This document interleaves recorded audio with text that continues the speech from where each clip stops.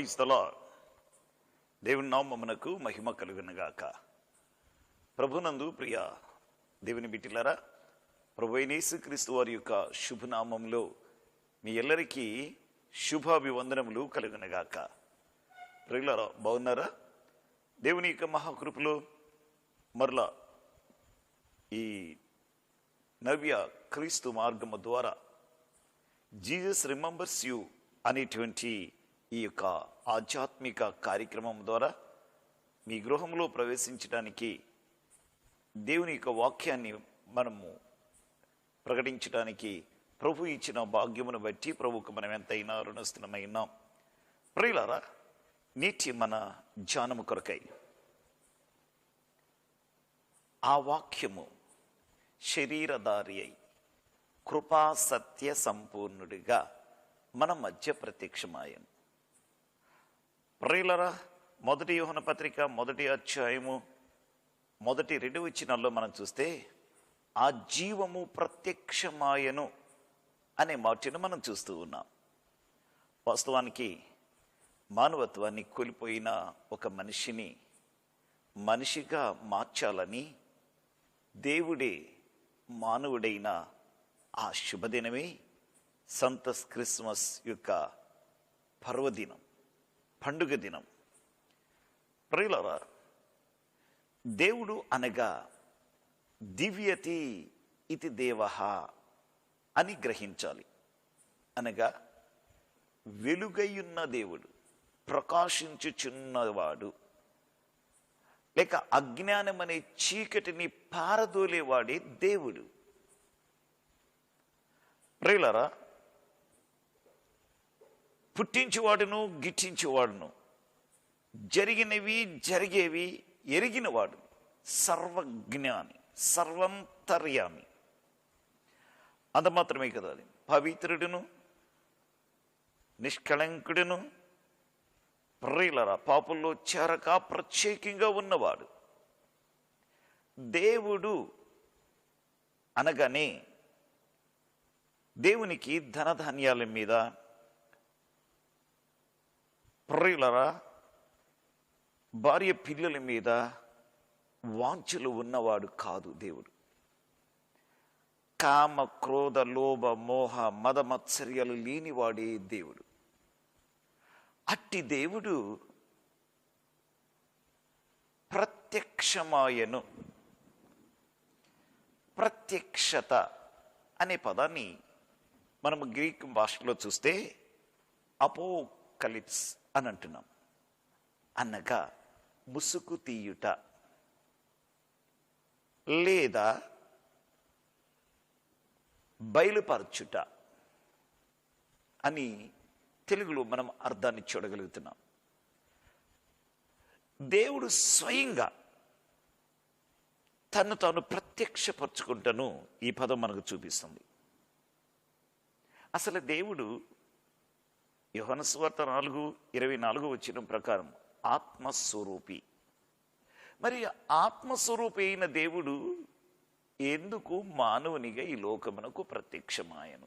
ఇది మన ప్రశ్న. దేవుడు ఎందుకు శరీరధారిగా ప్రత్యక్షమయ్యారు? ఆయన ఆత్మస్వరూపి.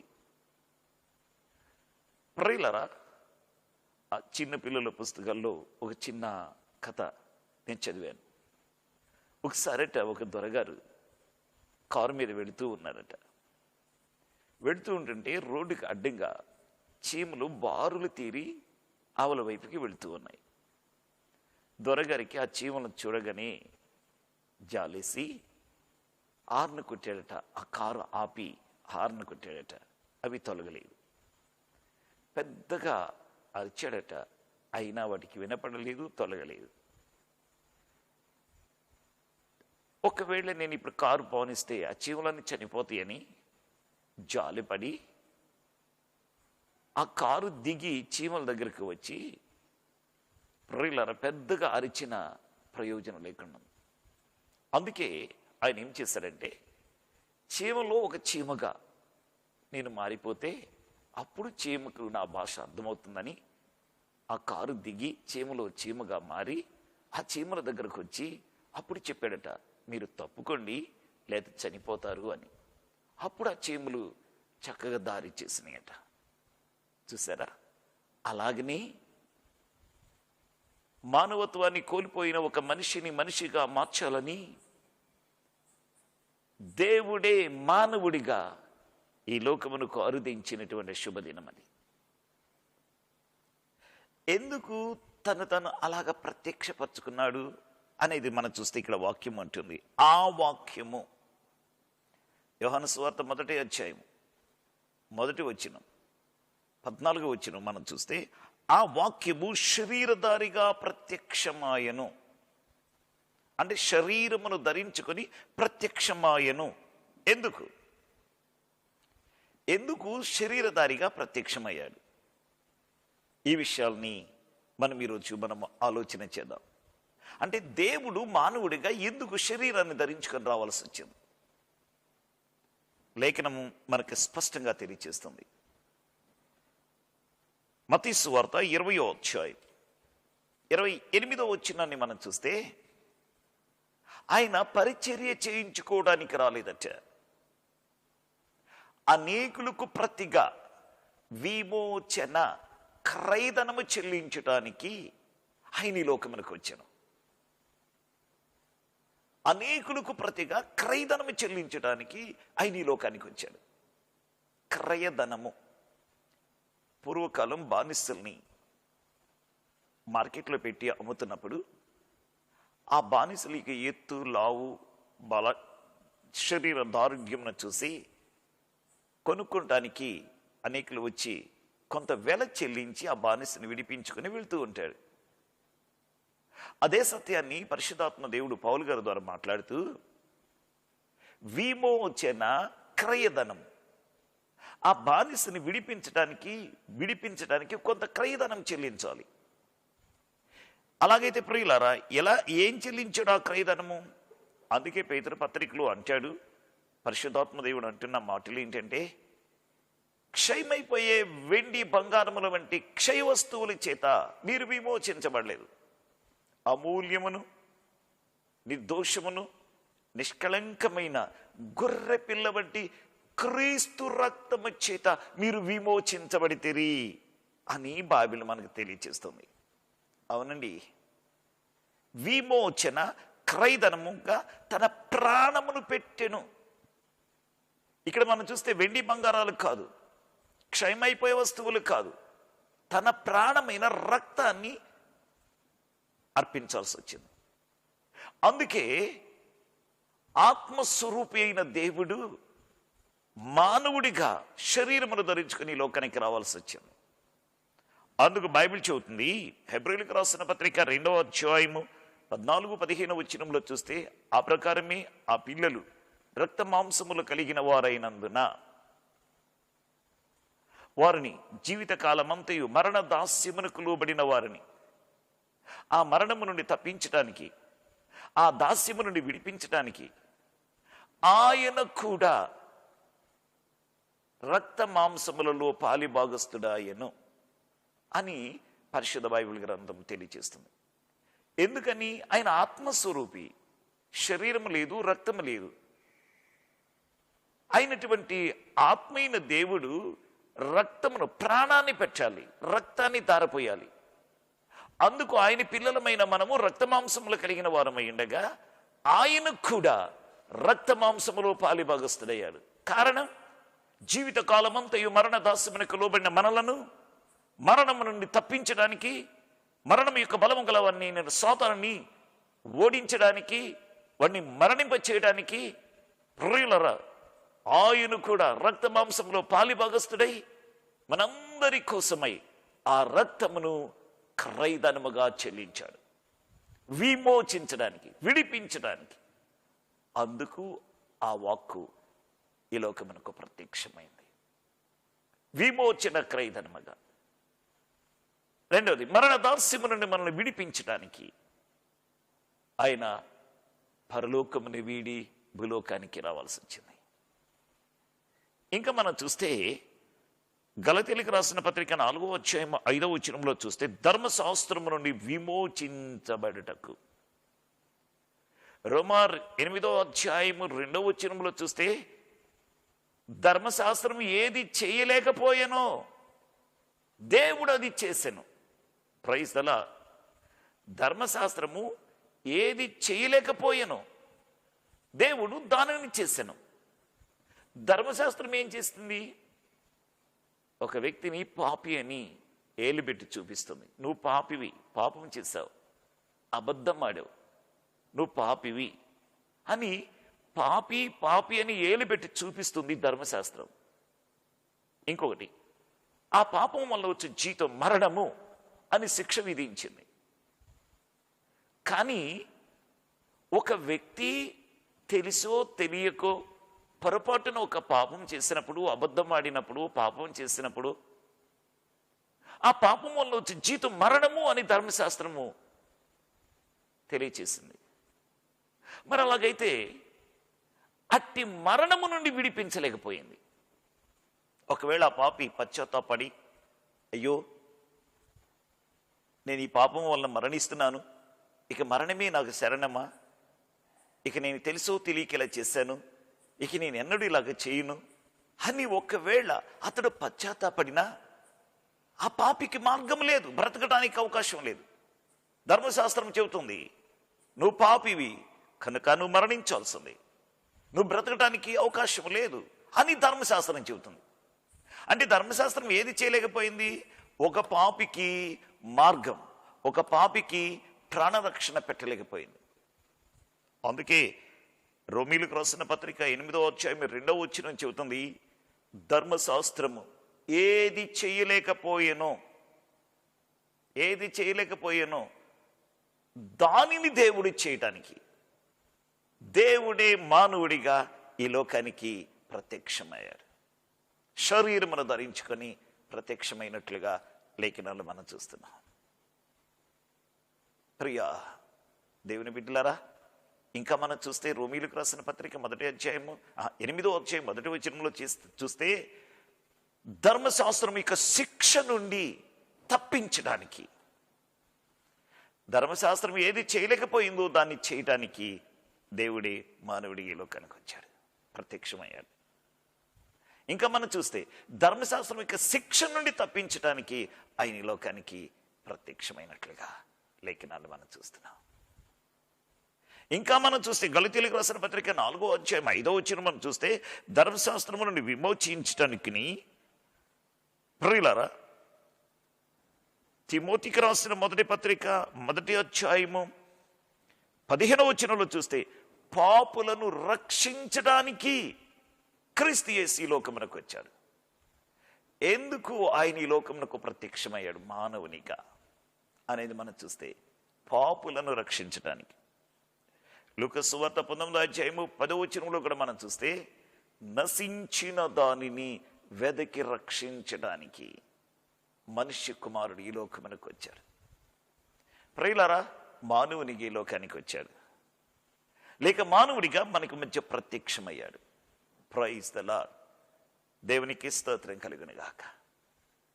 ఈరోజు ప్రియులారా, ఒకసారి ఒక రాజు మంత్రి బాగా అన్యోన్యంగా కలిసి ఉండేవారు.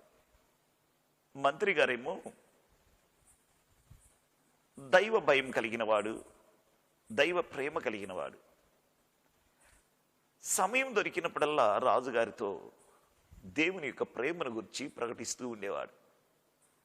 దేవుడు ప్రేమమయుడు, తను తగ్గించుకొని పరలోకముని వీడి భూలోకానికి వచ్చాడు మనను విమోచించటానికి అని చెబుతుంటే దేవుడంటే ఇష్టం లేనిటువంటి రాజు చిరాకు పడేవాడు, అసహనంగా మాట్లాడేవాడు. ఒకరోజు రాజు మంత్రి గారితో అన్నాడు, ఏమయ్యా మంత్రి, మాటి మాటికి దేవుడు ప్రేమమయుడు, దేవుడు గొప్పవాడు, పరలోకాన్ని వీడి భూలోకానికి వచ్చాడు అని ఏవేవో కథలు చెబుతున్నావు. ఎందుకు రావాలైనా? పరలోకాన్ని ఎందుకు విడిచిపెట్టాలి? ఆయన సింహాసనాన్ని ఎందుకు విడిచిపెట్టాలి? ఇప్పుడు ఒక రాజుగా నేను ఇక్కడుండి ఏది చెబితే అది జరిగిపోవట్లేదా? ఆయన కూడా అట్లా చేయొచ్చు కదా. ఆయన మాట సెలవిస్తేనే సమస్తం జరుగుతాయి కదా, సమస్తమును మాటతో సృష్టించాడు కదా అని చెబుతున్నావు కదా. అలాగైతే ఒక మాట సెలవిచ్చి ఆయన రక్షించవచ్చు కదా మానవుని. పరలోకాన్ని ఎందుకు వీడి రావాలి, ఏంటయ్యా మీరు చెప్పేది అన్నట్లుగా కొంత అసహనంగా ప్రతికూలంగా మాట్లాడాడు రాజుగారు. మంత్రి గారు ఏం చెప్పాలో అర్థం కాలేదు. కొంతసేపు ఆలోచించాడు, ఏం చెప్పాలో అర్థం కాలేదు. సరే, కొన్ని దినములు గడిచినవి. ప్రియులారా, ఒకరోజు రాజుగారికి ఉన్నటువంటి ఒక మంచి హ్యాబిట్ ఏంటంటే, సాయంకాలపు వేళ తన పరివారాన్ని తీసుకొని వేటాడటము, లేకపోతే ఆ చల్లని వాతావరణంలో, చక్కగా ఆహ్లాదకరమైనటువంటి వాతావరణంలో ఆనందించటము, లేక బోట్లు షికారు చేయటము, ఏవో తనకున్నటువంటి నచ్చినటువంటి ఒక అలవాట్లను చేస్తూ ఉండేవాడు. ఒకరోజు మంత్రి తన కలిగిన పరివారము అందరూ కలిసి ఒక బోట్లో ఒక పెద్ద కొలంలో షికారుకై వెళ్ళాడు. ఆహ్లాదకరమైన వాతావరణం, సాయంకాల సమయం, చాలా ప్రశాంతంగా ఉంది. ఆహ్లాదకరమైన వాతావరణంలో వారు ముందుకు సాగిపోతూ ఉన్నప్పుడు రాజుగారి యొక్క కనుదృష్టి ఆ కొలను యొక్క గట్టు మీద ఆడుకుంటున్న పిల్లల మీద పడ్డది. ఆ పిల్లల్లో రాకుమారుడు అన్నాడు, తన ఏకైక కుమారుడు అన్నాడు. ఆ రాకుమారుడు ఆడుకుంటూ ఉన్నాడు. వెళుతూ వెళుతూ ఉన్నవాడు ఆ రాకుమారుని వైపు చూశాడు. సడన్గా ఏం జరిగిందంటే, ఆ రాకుమారుడు కాలు జారి ఆ గట్టు నుంచి ఆ కొలంలో పడిపోయాడు. కొట్టుకులాడుతున్నాడు, మునిగిపోతూ పడిపోయాడు. వెంటనే రాజు ఏం చేశాడంటే, ఆ వెళుతూ వెళుతున్న బోట్లో నుంచి అమాంతంగా దుమికి ఈదుకుంటూ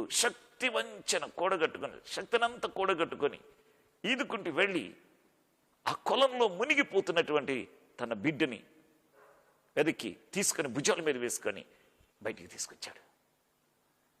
రాజభవనం దగ్గరికి తీసుకుని వచ్చాడు. అప్పటికే చాలా మంది కూడుకున్నారు. అయ్యో అయ్యో అనుకుంటున్నారంతా. ఇందులో మంత్రి గారు కూడా ప్రక్కనే ఉన్నారు.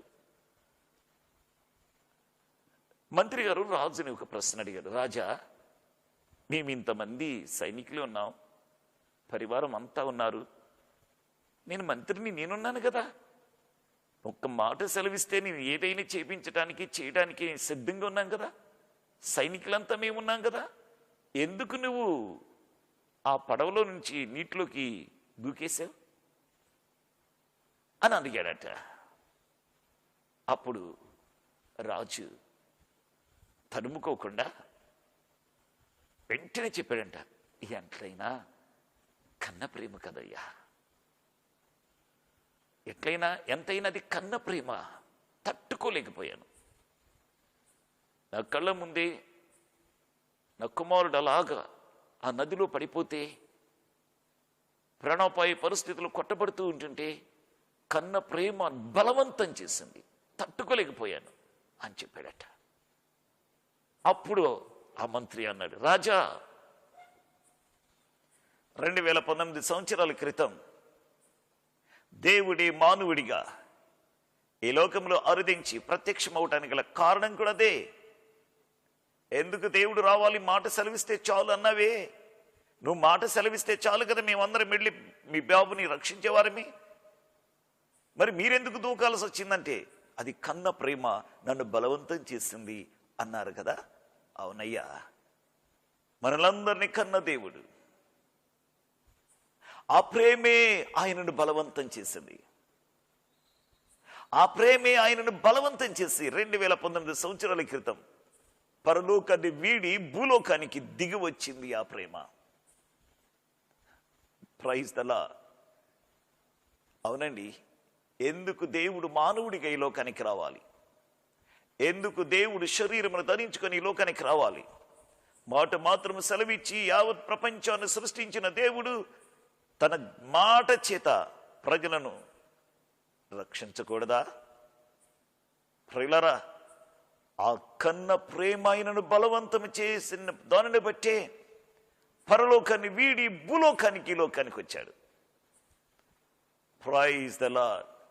అవును ప్రియులారా, మనమందరము కూడా మానవత్వాన్ని కోల్పోయిన మన జీవితాలను మనిషిగా మార్చడానికి పాపమని ఆ యొక్క నరకాగ్ని గుణం, పాపము ద్వారా నరకాగ్ని గుణానికి పరిగెత్తుతున్న మానవ జాతిని విమోచించడానికి ఆ కలువరి ప్రేమ ఆయన బలవంతము చేయగా పరలోకాన్ని వీడి ఒక దాసునిగా, ఒక రిక్తునిగా, మానవునిగా తను తాను తగ్గించుకొని తన మహిమనంతటిని విడిచిపెట్టి ప్రియులారా ఈ లోకంలోకి మానవుడిగా దిగి వచ్చాడు. ఆయన జన్మించినప్పుడు, ఈ లోకంలో ప్రత్యక్షమైనప్పుడు, మానవుడిగా ప్రత్యక్షమైనప్పుడు తలదాచుకోవడానికి స్థలము లేని పరిస్థితి. పశువుల పాకలో, మానవుని హృదయంలో అవకాశం లేకుండా పోయింది. పశువుల పాకలో జన్మించాడు. ప్రియులారా 33.5 సంవత్సరాలు ఈ లోకములో ఎదిగి అనేక అద్భుత కార్యాలు చేసి కాలము సంపూర్ణమైనప్పుడు నీ కొరకు, నా కొరకు, సర్వలోకములో ఉన్న మానవాళ్ళందరి కొరకు ఆ కల్వరిలో ఆయన మనందరి పక్షముగా నిలబడిపోయాడు. మన దోషమంతా ఆయన మీద వేసుకున్నాడు. మన పాపమంతా ఆయన మీద మోపబడ్డాది. ప్రియులారా ఉమ్మివేతలు వేయబడ్డాడు, కొరడా దెబ్బలతో కొట్టబడ్డాడు, గాయపరచబడ్డాడు, ఒడిలంతా రక్తమయమైపోయినది, చీల్చబడి నాగడి సాళవలే దున్నబడ్డది. ఎందుకో తెలుసా? సర్వమానవాళి పాపం ఆయనను ఆ రీతిగా చేసింది. ఆ పాపమునకు రావలసిన శిక్షణ మరణాన్ని భరించి ఆ మరణము నుండి విమోచించడానికి, క్రయధనముగా రక్తాన్ని చిందించడానికి ఆ కల్వరిలో మన కొరకు కొట్టబడి, గాయపరచబడి, ఆఖరికి తన ప్రాణాన్ని దారపోశాడు. క్రయధనముగా చెల్లించి ఈరోజు మానవాళికి విడుదలనిచ్చాడు. Praise the lord. That is Christmas. నిజ క్రిస్మస్ లో ఉన్న పరమార్థం అది ప్రియులారా. ఎందుకు దేవుడు మానవుడికి లోకానికి దిగి వచ్చాడంటే పాపి అయిన మానవ జీవితాన్ని విమోచించి, ఆ రాజుగారు పడవలోంచి ఎలాగ అమాంతంగా దూకాడో, ఆ ప్రేమ ఎంతగా బలవంతం చేసిందో, పడి ఉన్న మన స్థితిని చూచిన దేవుణ్ణి ఆ ప్రేమ అంత బలవంతం చేసింది, అంత బలవంతం చేసింది. అందుకే మానవుడికి లోకానికి దిగి వచ్చి మానవత్వాన్ని కోల్పోయిన మనిషిని ఒక మనిషిగా మార్చడానికి ఆయన లోకమును కరుదించాడు. ఆ జీవము ప్రత్యక్షం ఆయన సశరీరుడిగా కాలము సంపూర్ణమైనప్పుడు ప్రియులారా కృపా సత్య సంపూర్ణుడిగా మన మధ్యకు వచ్చాడు, నివసించాడు. Praise the lord. సహోదరుడా,